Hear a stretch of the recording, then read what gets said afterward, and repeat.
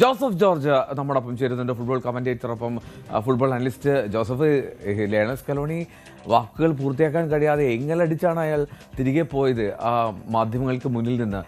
Lionel മെസ്സിയെ നമ്മൾ കണ്ടു ആ പുൽത്തകിടിയിൽ ഇരുന്ന് കരയുന്നത്. മെറ്റ് ലൈഫിൽ ഒരിക്കൽ കൂടി ലയണൽ മെസ്സിയുടെ കണ്ണീര് വീഴുകയാണ്. പക്ഷേ ഈ മത്സരത്തിൽ സ്പെയിൻ്റെ സമഗ്രാധിപത്യമാണെന്ന് പറയാതെ വയ്യ. സ്പെയിൻ അർഹിച്ച ജയമാണ്. ഏതെങ്കിലും തരത്തിൽ അവിടെ ഒരു അർജന്റീന ഗോൾ സമനില പിടിക്കുകയും പെനാൾട്ടി ഷൂട്ടറിലേക്ക് പോയിരുന്നുവെങ്കിൽ അത് ഫുട്ബോളിനോട് നീതിയാകുമായിരുന്നില്ല എന്നുള്ളതാണ് വാസ്തവം. അത് അർജന്റീന ആരാധകർ പോലും സമ്മതിക്കുകയും ചെയ്യും. ഈ മത്സരത്തിൽ എന്താണ് അർജന്റീനയ്ക്ക് സംഭവിച്ചത് ജോസഫ്? അർജന്റീനയ്ക്ക് കളിക്കാനേ പറ്റിയില്ല എന്ന് വേണമെങ്കിൽ പറയാം. എന്താണോ ലിയണൽ സ്കലോണി 3 മാറ്റങ്ങളുമായിട്ട് ഉദ്ദേശിച്ചത് അത് നടപ്പിലാക്കാൻ പറ്റിയില്ല.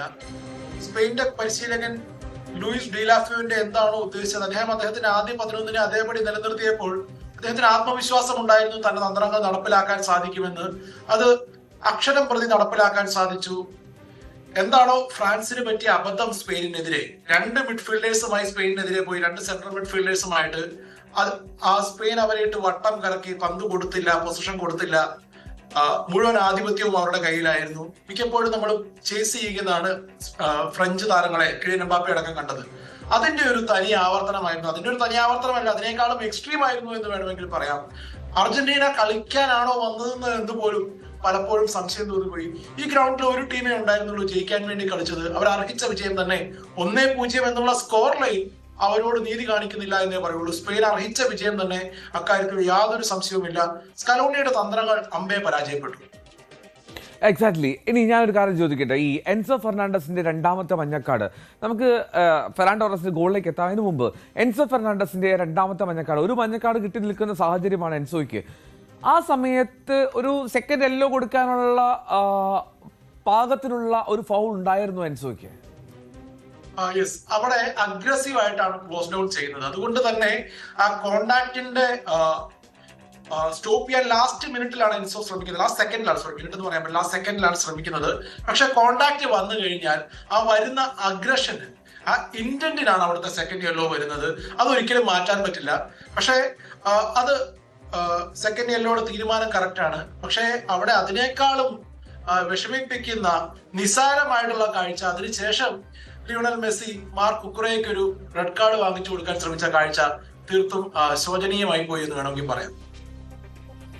മാത്രമല്ല, മത്സരശേഷം കയ്യാങ്കളിയിലൊക്കെ കാര്യങ്ങൾ പോയി. ഏറ്റവും സൗഹാർദ്ദപരമായിട്ടുള്ള ഒരു ഫൈനലായിരിക്കും പ്രത്യേകിച്ചും അർജന്റീനയും സ്പെയിനും ഏറ്റുമുട്ടുമ്പോൾ എന്ന് കരുതി. പക്ഷേ ആ ഫൈനൽ വിസിലിന് ശേഷം എടുത്തിട്ടടിക്കുന്ന അർജന്റീന താരങ്ങളെ കണ്ടു. അതൊട്ടും ഫുട്ബോളിനും ഫുട്ബോളിന്റെ സംസ്കാരത്തിനും ഭൂഷണമല്ല എന്ന് തന്നെ പറയണം.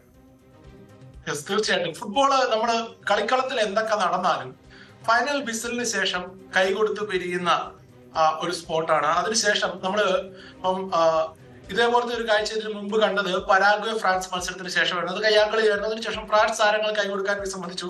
പക്ഷെ അത് അവിടെ തീർന്നു, അവര് റിയാക്ട് ചെയ്തില്ല. പക്ഷെ ഇത് ഒരു ലോക ഫൈനലാണ്. ലോകം മുഴുവൻ ഉറ്റുനോക്കുന്ന ഒരു കായിക മാമാങ്കത്തിന് ശേഷം അങ്ങനത്തെ ഒരു കയ്യാങ്കളിയിലേക്ക് പോയത് തീർത്തും നിരാശപ്പെടുത്തി എന്ന് തന്നെ പറയാം. അവിടെ ശരിക്കും പറഞ്ഞാൽ വിന്നിംഗ് ടീമിനെ നമ്മൾ അവിടെ അവരുടെ വഴിക്ക് വിടണം എന്ന് പറയും. നമ്മൾ തോറ്റു കഴിഞ്ഞാൽ ജയിക്കാൻ മാത്രം പഠിച്ചാൽ പോരാ, തോൽക്കാനും പഠിക്കണം.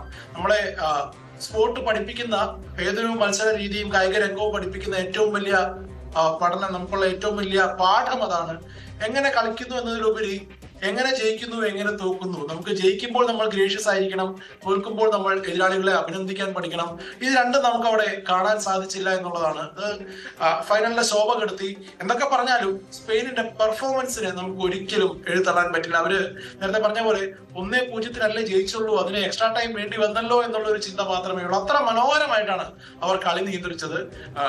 നേരത്തെ നിങ്ങൾ പറഞ്ഞതുപോലെ എമിലിയാനോ മാർട്ടിനസിന്റെ സേവുകൾ മിക്കതും സ്ട്രേറ്റ് ഷോട്ടുകളായിരുന്നു. പക്ഷെ അതിനൊക്കെ അപ്പുറത്ത് സ്പെയിന്റെ ഡൊമിനേഷൻ, അവരുടെ ആ ഒരു ഫ്ലൂയിഡ് മൂവ്മെന്റ്, നമ്മൾ ഇതിനു മുമ്പും മിക്കേൽ മെറീനോ സൂപ്പർ സബായി ഗോൾ അടിച്ച കളികളിലൊക്കെ എടുത്തു പറഞ്ഞിട്ടുണ്ട്. ഫെറാൻ ടോറസ് ആണ് സബായിട്ട് ആദ്യം വന്നിട്ട് കളി മാറ്റിമറിക്കുന്നത്. അദ്ദേഹത്തിന്റെ ആ ഒരു മൂവ്മെന്റും അതൊക്കെയാണ് ഒരു ഗോളിൽ സൂപ്പർ സബായി മിക്കേൽ മെറീനോ ജയിപ്പിച്ച ഒരു ഗോളിൽ നിർണായകമായ ഒരു അസിസ്റ്റും ഒക്കെ ഉണ്ടായിരുന്നു. പക്ഷെ ഇന്ന് ഗോൾ അടിച്ച് അദ്ദേഹം തന്നെ ജയിപ്പിച്ചത് ഒരു കാവ്യനീതിയുമായി. റൈറ്റ്. ഇനി ഞാൻ എന്തായാലും ഈ എമിലിയാനോ മാർട്ടിനെ ഇത് പറഞ്ഞു പോകാം. കാരണം 11 സേവുകൾ, അത് സ്ട്രെയിറ്റ് ഷോട്ടുകളായിരുന്നെങ്കിൽ പോലും മാർട്ടിനസിന്റെ പ്രകടനമാണ് എനിക്ക് തോന്നുന്നു ഈ മത്സരത്തിൽ ലയണൽ മെസ്സിയേക്കാൾ മുകളിൽ നിൽക്കുന്നത്. അർജന്റീനയുടെ ആ 11 പേരെ എടുത്തു നോക്കുമ്പോൾ മെസ്സിയെ വളരെ കൃത്യമായി തന്നെ കൈകാര്യം ചെയ്യാൻ സ്പെയിനിന് ഒരു പദ്ധതി ഉണ്ടായിരുന്നു. ആ പദ്ധതി വിജയിച്ചു. കാരണം മെസ്സി ഈ മത്സരത്തിൽ കളിക്കുന്നുണ്ടോ എന്ന് പലകുറി നമ്മൾ സ്ക്രീനിൽ തിരയുന്ന സാഹചര്യം ഉണ്ടായി. തീർച്ചയായിട്ടും മെസ്സിക്ക് സപ്ലൈ നന്നായിട്ട് തന്നെ കട്ട് ചെയ്തു. മെസ്സിയിലേക്ക് പന്ത് എത്തുന്നില്ല എന്ന് ഉറപ്പുവരുത്തിയിരുന്നു. ആദ്യ പകുതിയിൽ ആദ്യത്തെ ഒരു 30 മിനിറ്റിൽ 3-4 തവണ മാത്രമാണ് മെസ്സി പന്ത് തൊട്ടിരുന്നത്. മൊത്തം നോക്കുവാണെങ്കിലും ഒരു 50 ടച്ചിനോടടുത്തൊക്കെ ഉണ്ടാവാൻ സാധ്യതയുണ്ട്. ഞാൻ കൃത്യമായ കണക്കുകൾ പരിശോധിച്ചിട്ടില്ല. കാരണം അതിന്റെ ഒരു ആവശ്യകത നമുക്ക് അവിടെ തോന്നിയില്ല. കാരണം അതുപോലെയാണ് മെസ്സിയെ നിശബ്ദനാക്കിയത്. ഡീപ്പായിട്ടൊന്നും പലപ്പോഴും ഇൻവോൾവ് ആവാൻ ശ്രമിക്കുന്ന മെസ്സിയാണെന്ന് ഓർക്കണം. പന്ത് കിട്ടിയില്ലെങ്കിൽ അത്രയും പുറകോട്ട് ഇറങ്ങി വരുന്ന ഒരു താരമാണ്. എന്നിട്ട് പോലും നമ്മള് പൊതുവെ റൊണാൾഡോ ഓഫ് കളർ ആവുമ്പോൾ ടച്ച് കുറവാന്ന് പറയുന്ന പോലെ അതുപോലത്തെ ഒരു പെർഫോമൻസ് ആയിരുന്നു മെസ്സിയുടേത്. മറുവശത്ത് ഇന്ന് അർജന്റീന നിരയിൽ ആരെങ്കിലും ഒരാൾ കയ്യടി അർഹിക്കുന്നുണ്ടെങ്കിൽ അത് എമിലിയാനോ മാർട്ടിനസ് മാത്രമാണ്. അദ്ദേഹം ഇല്ലായിരുന്നെങ്കിൽ ഈ പറഞ്ഞതുപോലെ സ്കോർ ലൈൻ ഒരു വലിയ വ്യത്യാസത്തിൽ സ്പെയിൻ ജയിച്ചേനെ.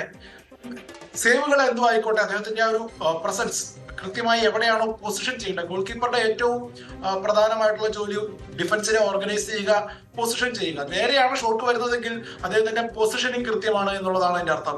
അത് തന്നെ ആ ഗോൾ കീപ്പർ അദ്ദേഹത്തിന്റെ ബേസിക്സ് കൃത്യമായിട്ട് ചെയ്യുന്നു. ചിലപ്പോൾ പന്ത് കൈപ്പിടിയിൽ ഒതുക്കാനൊക്കെ ഒരല്പം പാടുപെട്ടിട്ടുണ്ട്. എന്നാൽ പോലും 11 സേവുകൾ നിസ്സാരമല്ല. ഇതിനു മുമ്പത്തെ ലോകകപ്പ് റെക്കോർഡ് 8 സേവ് ആയിരുന്നു ഒരു ഫൈനലിൽ. 11 സേവുമായ ആ റെക്കോർഡ് ഏറ്റവും അധികം സേവുകൾ നടത്തിയ ഫൈനലിൽ ഏറ്റവും അധികം സേവുകൾ നടത്തിയ ഗോൾ കീപ്പർ എന്നുള്ള റെക്കോർഡ് എമിലിയാനോ മാർട്ടിനസ് സ്വന്തമാക്കി. എക്സാക്ട്ലി. ഞാൻ എന്തായാലും ജോസഫിലേക്ക് എത്താം. ഞാൻ കൂടുതൽ വാർത്തകൾക്ക് news 18 Keralam YouTube channel subscribe ചെയ്യുക.